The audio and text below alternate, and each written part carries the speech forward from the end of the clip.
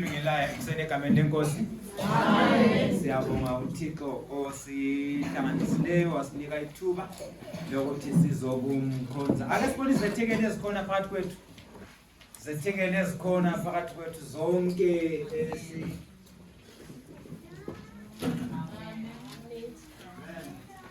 Thixo kubani phansi izandla lithola izingwane.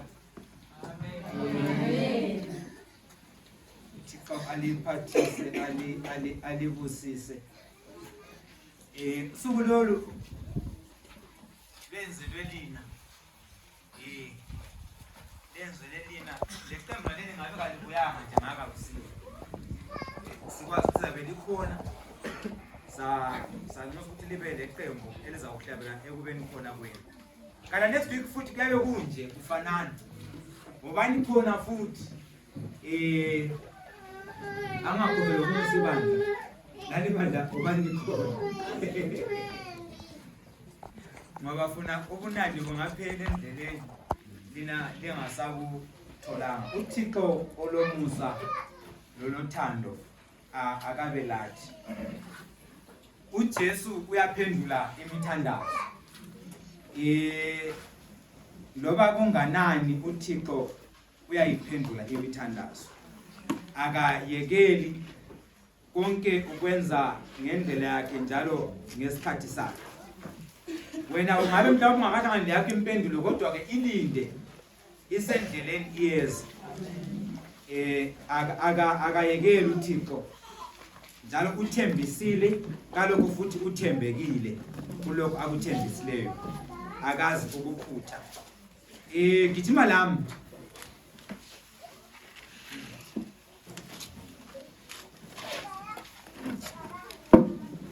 1 Corinthians chapter 10 verse 4. Ake ngiqalele ku verse 1. Moreover, brethren, I do not want you to be unaware that all our fathers were under the cloud and all passed through the sea. Verse 2. All were baptized into Moses in the cloud and in the sea. Verse 3. All ate the same spiritual food. All drank, verse 4, the same spiritual drink. For they drank of that spiritual rock that followed them. And that rock was Christ. Badlula behamba abantwana bakwa-Israyeli besuka eGibhithe belubhekise eKhenani ohanjweni lwabo. Badlula into eziningi kodwa kakhulu esikubaliselwayo ukuthi banatha bonke emanzini ayephuma edwaleni. Lelo dwala linguKristu. Faith anchored on a solid rock. Idwala ukukholwa kwethu okumele sikuyandise kikho lidwala elinguKristu. uKristu nguye ophendulayo imithandazo yonke esilayo. Le mibuzo yeminyaka iyakuphendulwa nguye uThixo. Luka chapter 2.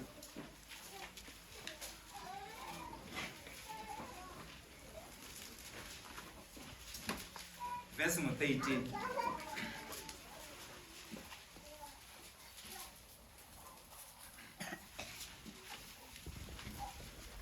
Verse 14. And certainly there was with the angel a multitude of heavenly hosts, praising God and saying, Glory to God in the highest, and on earth peace, goodwill toward men. Silapha sizokubabaza lokhu Thixo asenzele khona kuyilokhu sihlabelela simdumisa sobaza ubukhulu bakhe bokusifela lokusihlenga lokusikhipha eGibhithe sisiya eKhenani. Sithi glory be to God. Ngoba nguThixo omangalisayo, nguThixo okhazimulayo. We are here because of that amazing grace eseze sahlambuluka sababahle sisuswa odakeni olubishayo ngenxa kaJesu sokuba baza ukuthi khona umusa wakhe muhle kangaka empilweni zethu. Hawu wena uza kusukelani uThixo omhle kangaka omangalisayo? Uza kubalekelani kuleli dwala ulithiye? Kumele lisinike impilo, lisivuselele themba, lisinike lokukholwa. Hebrews chapter 11. Hebrews chapter 11.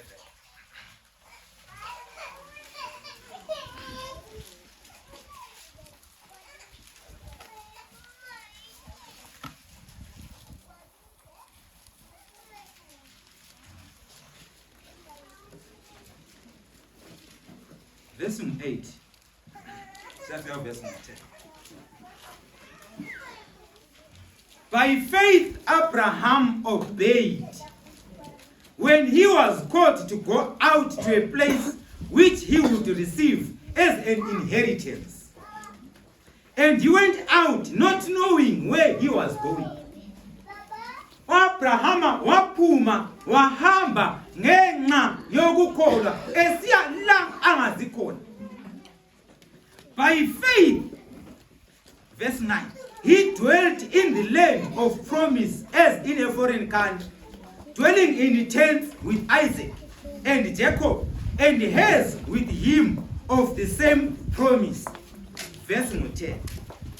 For he waited for the city which his foundation, whose builder and maker is God. Sisemangweni wokuhamba sithunganyelwa yikukholwa esikuyamise edwaleni elinguKristu. Sihamba sisiya emzini owakhiwe hathi ngezandla zomuntu kodwa wakhiwe nguThixo ngokwakhe. By faith he waited for that city. Silapha emhlabeni siphatha ukukholwa sikhonza silinde lo muzi esuthenjiswe nguNkulunkulu. Ekuseni lokho sidwebe esithandekayo, ekuseni lokho lunga lebandla. Ngiyakumusa. Sigqiba inkonzo ekuseni. Revelation chapter 21. Verse 5. Revelation chapter 21, verse 5. Then he who sat on the throne said, Behold, I make all things new. Bheka, ngiyenza zonke izinto zibe zintsha. Umhlaba esikiwo usumdala, khangela usulugwadula, khangela kawusavezi ngitho lamanzi. Kithi esilemithombo ufika usomile usuchile ngoba ngumhlaba omdala. Kithi esikha ezimpompini ngenye ilanga nxa uyivula uzokuphuma umoya kuphela ukhangela ukuthi uthole amanzi ngenxa ukuthi ngumhlaba omdala. Kodwa uThixo uthi yena ngenxa yokukholwa esikuyamisileyo edwaleni elinguKristu beka ngiyenza zonke izinto zibe zintsha. Ngitsho lawe muntu lami Thixo kanti angenze ngibe mutsha ngoba namhlanje ngiyaphuma ubomvu nxa ndatshwe ngameva okuveza okuhlolayo uthi ngenye ilanga ngizakubola. Kodwa uThixo uthi bheka ngenza zonke izinto zibe zintsha. Ngiyakumusa ekuseni. Ngiyakumusa ekuseni. Ukukholwa kwakho ukuyamise ngaphi? Ukukholwa kwakho ukuyamise ngaphi? Ingilosi zathokoza ngenxa yokuzalwa kukaJesu. Zahlabela zathi hosana kweliphezulu. Abantwana bakwaIsrayeli besibaye eGibhithe bahamba bathunganyelwa liyezi banatha kuleli dwala uThixo ebathungamela ebavikela ehamba nabo baze baye kufika eKhenani. Namhlanje uJesu usivezela ukuthi bheka izinto zonke uzenza zibe zintsha. Nxa zibe zintsha lawe ukhangela ukuthi khona ube mutsha. Revelation chapter 22 verse okucina. Revelation chapter 22 verse ngelika 3 lo 4 lo 5. Ungayiqasa ku verse 1 uthi yena, and there shall be no more curse, and the throne of God and of the Lamb shall be in it, and his servants shall serve him. Verse 4. They shall see his face, and his name shall be on their foreheads. Verse 5. There shall be no more night. They need no lamp, no light of the sun, for the Lord God gives them light, and they shall reign forever and ever. Amen. Uthixo ngenza izinto zibe zintsha, uyakwenza ngitsho nomhlaba ube mutsha. Ayenze ngitsho lezulu esikhuluma ngalo khathesi ulenza libe litsha. Nxa singefika kulelo zulu kuthiwa akusayiba khona ukukhanya esukhangele insuku zonke okwelanga leli eliphumayo lisiya kutshona, ngoba uJesu olidwala onguye ohamba labantwana bakwa-Israyeli esiyamisa kuye ukukholwa kwethu, nguye ozabe ukukhanya kwalowo muzi. Umuzi owafunwa ngu-Abrahamu esuka elizweni lakibo ehamba ethenjisiwe nguThixo, waphuma ngokukholwa wahamba edinga lowo muzi omakhiwayo kunguThixo. uThixo uthi bheka yenza izinto zonke zibe zintsha. Ekuseni lokho sihloko esandikayo ngiyakubuza, Thixo uphendula imithandazo, udinga ukuphendula lo wakho umthandazo. Ekuseni ngiyakubuza, kambe kukhona yini odinga ukulungisa impilo yakhe ibe ntsha, ngoba uThixo esenza izinto zonke zibe zintsha, ekwenze nawe ube mutsha. Izolo waziwe ngalokho yikho khona ngendlela wathi uphila ngayo, kodwa namhlanje uThixo ufuna ukwenza impilo yakho ibe ntsha, ukuqalisa uhambo olutsha uloKristu. Uvuma ukuthi ungene futhi ngitsho lasemanzini okulawula ukuphawula lokugcwalisa ukuthi ngempela udinga ukuthi impilo yakho ibe ntsha kuye uJesu olidwala lapha kade. Ngiyakunusa nxa yakho nonke. Mhlawumbe impilo yakho uke wabhabhathizwa futhi izolo, kodwa nje udinga ukuvusela ukukholwa kwakho kutsha, ngoba usuke waphambuka mebhe ukukholweni kwakho walahlekelwa indlela yokuya ekhaya ezulwini. Kodwa usunanzelela Thixo esenza izinto ezintsha, efuna ukunxusela edoleni elitsha elinguKristu ukuthi woza lawe unjalo nxa ukhona. Ngingisa ngophamisa isandla sakho sibe lo mthandazo. Sabe sihlabela yesesikwaya mawabe. Besiphindela ingoma abahlabeleyo esishona eyokucina. Beyihlabela nyakubusa sihloko esithandekayo. Thixo uyakudinga ekuseni noko. Dwala elingunaphakade elinguKristu, elidinga ukusiqinisa ekuhambeni kwethu nasekukholweni kwethu. Ngeke unikele yini impilo yakho esandleni sakhe, ngoba uThixo udinga ukwenza izinto ezintsha, adale lempilo entsha ebantwini. Ngitsho lasemhlabeni esikiwo udinga ukwenza umhlaba ube mutsha. Silapha efela kusebekezela mhlaba omdala, yebo lezi zinto ezintsha ezinhle, kodwa zigakhe ngomhlabathi omdala. Ekuphileni kwethu uThixo uyasidinisa, uyakudinga. Ngiyakubuza, xa ukhona unanzelela uThixo uyakwenza impilo oyiphilayo yayizolo, impilo ebuhlungu.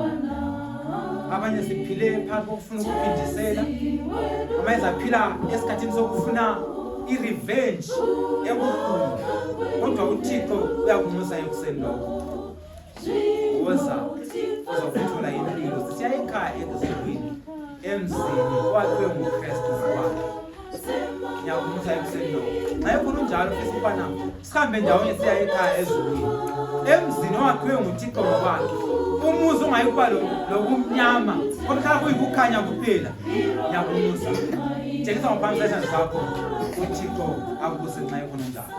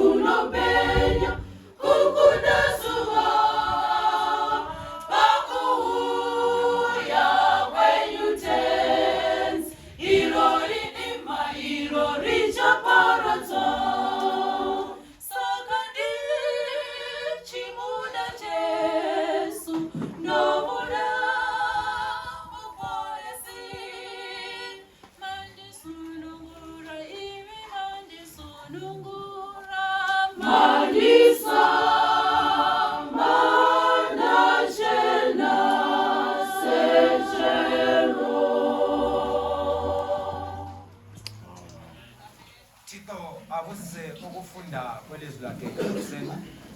Ngabe khona abafisa ukukhetha uJesu njengenkosi lomsindisi wabo. Ngasiphumayo lingaphuma lisilandele ngale Nkosi libusisile. Nkosi belathe kukhonzeka. Amen.